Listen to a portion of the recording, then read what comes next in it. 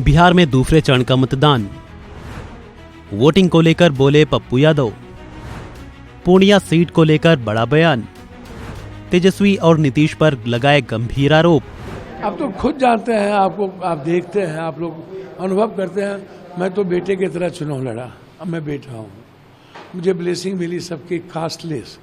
जितना लोगों ने मरवाने की, मारने की, खत्म करने की, पॉलिटिकल मर्डर करने की कोशिश की, जितना हमको मुझको लगता है कि हम पर प्रेशर बनाया, दबाव डाला, हमें पुलिस प्रशासन से तंग करवाया गया, हमारे कई बार गाड़ी सीज किए गए, कल भी मरवाने की साजिश हुई और बिना किसी कारण गाड़ी पकड़ लेना और डीएम के द्वारा यह कहना कि जाओ कोर्ट से चले जाइए, डीएसपी का था उतरो।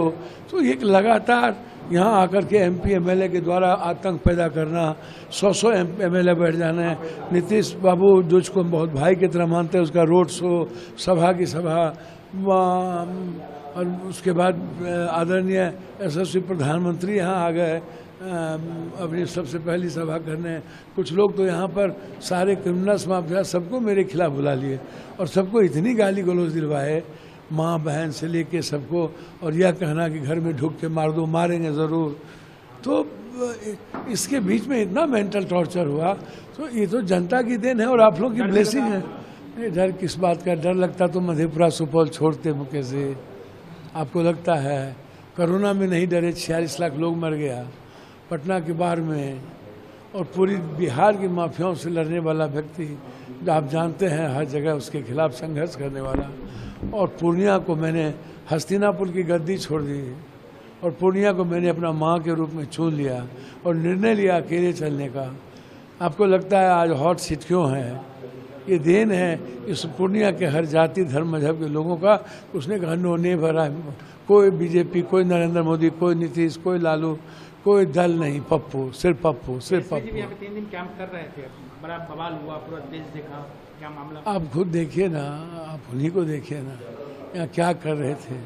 50-60 एमएलए थे ना, 9 एमएलसी थे ना, सारी जगह 8 जगह। उसके बाद बाय रोड कहाँ कहाँ नहीं गए। तो पहले भी ना उनके पिताजी कैंप किए थे, तो 53,000 वोट आया था, 57,000। एक बार आया 20,000, एक बार 28,000। एक बार महाराजा कैंप किए, एक बार राजा कैंप किए, और अपने कोई बहुत अहंकार में रहते हैं। इनको लगता है जो मैं कह दूँ, मूर्ख है जनता। सभी लोगों को जनता जनता को मूर्ख समझती है।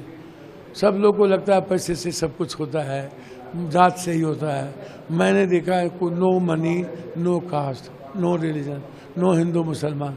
सर क्या राजपूत, क्या ब्राह्मण, क्या भूमिहार, क्या गंगोत्री, क्या कुशवाहा, क्या मुसलमान, क्या दलित, क्या बैकवर्ड, क्या फॉरवर्ड, क्या सिख, सर सब एवरीवन पप्पू। आपने कहा अभी कुछ दिन पहले कि पूर्णिया जो है महाभारत की स्क्रिप्ट किसी ने आके लिखा, पटना में लिखा, मेरे कांग्रेस विलय के बाद लिखा।